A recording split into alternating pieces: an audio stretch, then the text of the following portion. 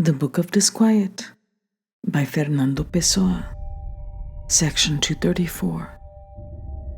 We can die if all we've done is love.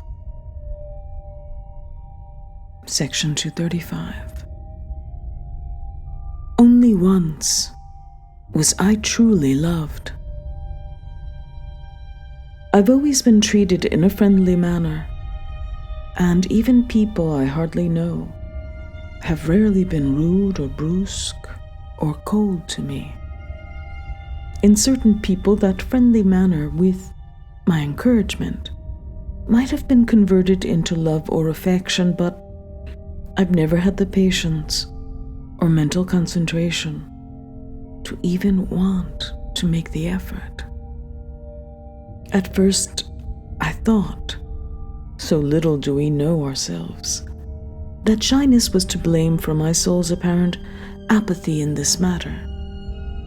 But I came to realize that it actually had to do with the tedium I felt vis-a-vis emotions, not to be confused with the tedium of life. I didn't have the patience to commit myself to an ongoing feeling, especially when it would require an ongoing effort. What for? Thought the part of me that doesn't think. I have enough intellectual subtlety and psychological insight to know how. The how of the how is what has always escaped me. My weakness of will has always begun as a weakness of will to have any will. This was the case in my emotions as well as in my intellect and in my very will and in all my dealings with life. But on that occasion, when circumstance mischievously led me to suppose that I loved, and to verify that the other person truly loved me, my first reaction was of bewildered confusion, as if I'd won a grand prize in an unconvertible currency.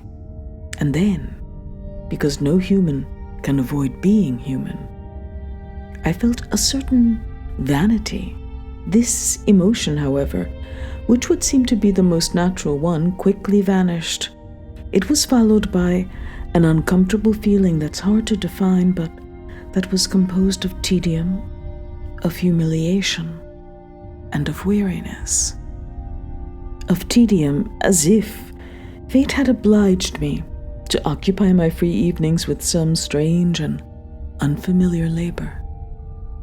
Of tedium, as if a new duty, that of a hideous reciprocity, had been ironically foisted on me as a privilege for which I was expected to thank fate profusely. Of tedium, as if the irregular monotony of life weren't enough, so that on top of that, I needed the obligatory monotony of a definite feeling. And of humiliation, yes, humiliation. It took me a while to understand the presence of this feeling that seemed not at all justified by its cause. I should have loved being loved. It should have piqued my vanity that someone had heaped attention on me as a lovable human being, but apart from my brief feeling of actual vanity, and even that may have consisted of surprise, more than of vanity itself, what I experienced was humiliation. I felt that I'd been given someone else's prize, a prize that was worth something only to the person who rightfully deserved it. But most of all, I felt weariness, a weariness beyond all tedium. I finally understood a phrase of Chateaubriand, whose meaning, because of my lack of personal experience, had always eluded me. Chateaubriand writes of René, his personification, it wearied him to be loved. On les fatiguait dans les mains. I realized with astonishment that this experience was identical to my own, so I couldn't deny its validity. The weariness of being loved, of being truly loved. The weariness of being the object of other people's burdensome emotions, of seeing yourself when what you wanted was to remain forever free, transformed into a delivery boy whose duty is to reciprocate, to have the decency not to flee, lest anyone think that you're cavalier towards emotions, and would reject the loftiest sentiment that a human soul can offer. The weariness of your existence becoming absolutely dependent on a relationship with someone else's feelings. The weariness of having to feel something, of having to love at least a little in return, even if it's not a true reciprocity. As it came, so it went, and today, nothing of that shadowy episode remains in my intellect or in my emotions. It brought me no experience that I couldn't have deduced from the laws of human life, which I instinctively know because I'm human. It gave me no pleasure to look back on with regret, nor sorrow to remember with equal regret. It all seems like something I read somewhere, like an incident that happened to someone else, a novel I read halfway through and whose second half was missing. But I didn't care that it was missing, because the first half of the story was all there. And although it made no sense, I realized that no sense could ever be made of it, regardless of what happened in the part that was missing. All that remains is my feeling of gratitude towards the one who loved me, but it's an abstract, bewildered gratitude, more intellectual than emotional. I'm sorry that I caused someone to feel sorrow. I'm sorry about that, and only about that. It's unlikely that life will bring me another encounter with natural emotions. I almost wish it would, to see how I'd react the second time, after having thoroughly analyzed the first experience. I might feel less emotion, or I might feel more. If fate should bring it, then well and good. I'm curious about my emotions, whereas I don't have the least curiosity about facts, whatever they are or will yet be. Section 236. To submit to nothing, whether to a man or a love or an idea, and to have the aloof independence of not believing in the truth, or even, if it existed, in the usefulness of knowing it.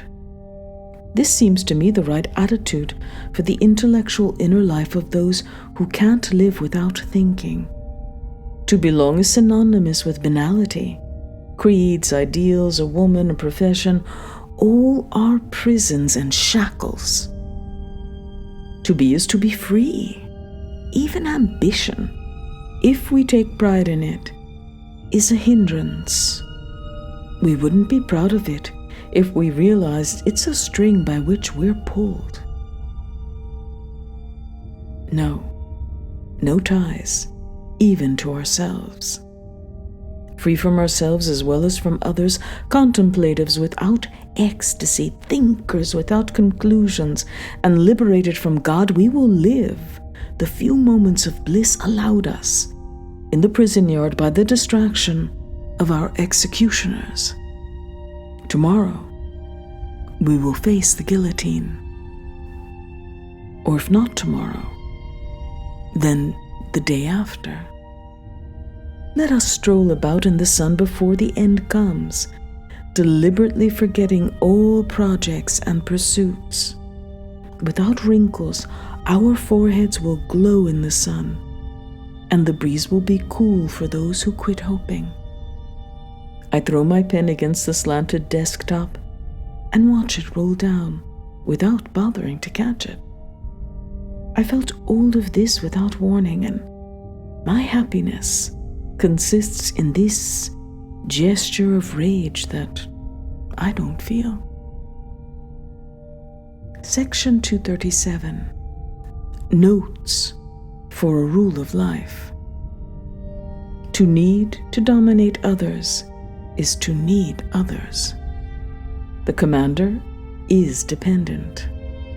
Enlarge your personality without including anything from the outside, asking nothing from others and imposing nothing on others, but being others when you need them. Reduce your necessities to a minimum so as not to depend on anyone for anything. It's true that such a life is impossible in the absolute, but it's not impossible relatively. Let's consider a man who owns and runs an office. He should be able to do without his employees. He should be able to type, to balance the books, to sweep the office. He should depend on others because it saves him time, not because he's incompetent. Let him tell the office boy to put a letter in the post because he doesn't want to lose time going to the post office, not because he doesn't know where the post office is. Let him tell a clerk to take care of a certain matter because he doesn't want to waste time on it, not because he doesn't know how to take care of it. Section 238. There is no sure prize for virtue, and no sure punishment for sin, nor would it be right for such prizes and punishments to exist. Virtue and sin are inevitable manifestations in organisms which, condemned to one thing or the other, serve their sentences of being good or of being bad. That's why religions place rewards and punishments deserved by people who were nothing and could do nothing, and therefore can deserve nothing. In other words, which no science can verify and no faith describe. So let us renounce all sincere beliefs, along with all concerns to influence others. Life, said Dart, is the search for the impossible by way of the useless. Let us always search for the impossible, since that is our destiny. And let us search for it by way of the useless, since no path goes by any other way. But let us rise to the consciousness that nothing we search for can be found, and that nothing along the way deserves a fond kiss or memory. We weary of everything, said the scholiast, except understanding. Let us understand. Let us keep understanding, and let us make ghostly flowers out of this understanding, shrewdly entwining them into wreaths and garlands, which are also doomed to wilt. Section 239. We weary of everything except understanding. The meaning of the phrase is sometimes hard to grasp. We weary of thinking to arrive at a conclusion, because the more we think and analyze and discern, the less we arrive at a conclusion.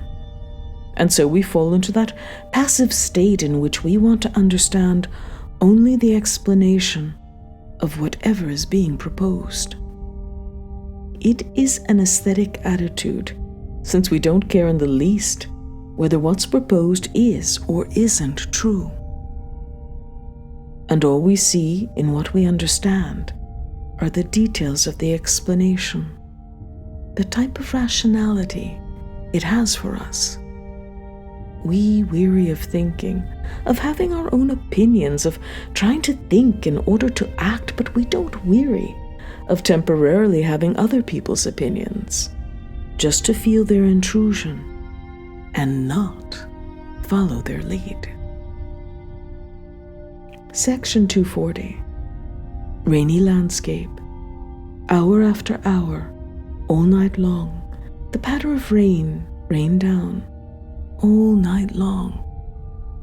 As I tossed and turned, its cold monotony beat against the windows.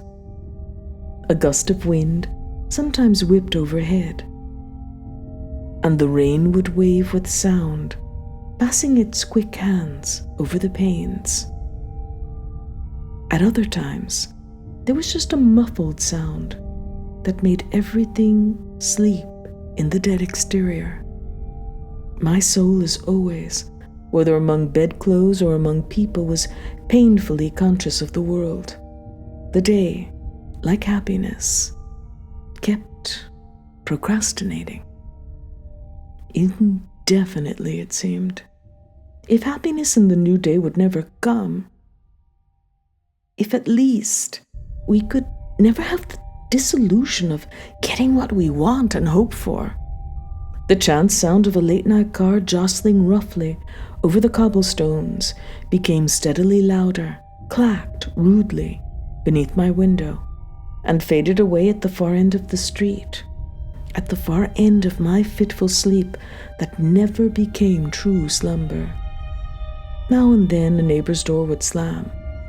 At times there was a splashing of footsteps, a swishing sound of wet clothes. Once or twice, when the steps were numerous, they made a louder sound. Then they died out. The silence returned, and the rain relentlessly continued. If I opened my eyes from my pretended slumber, I could see, on the darkly visible walls of my room, floating snatches of dreams to be dreamed. Dim lights, black lines, hazy shapes, climbing up and down. The various pieces of furniture, larger than in the daytime, indistinctly blotted the dark's absurdity. The door was distinguishable as something no whiter or blacker than night.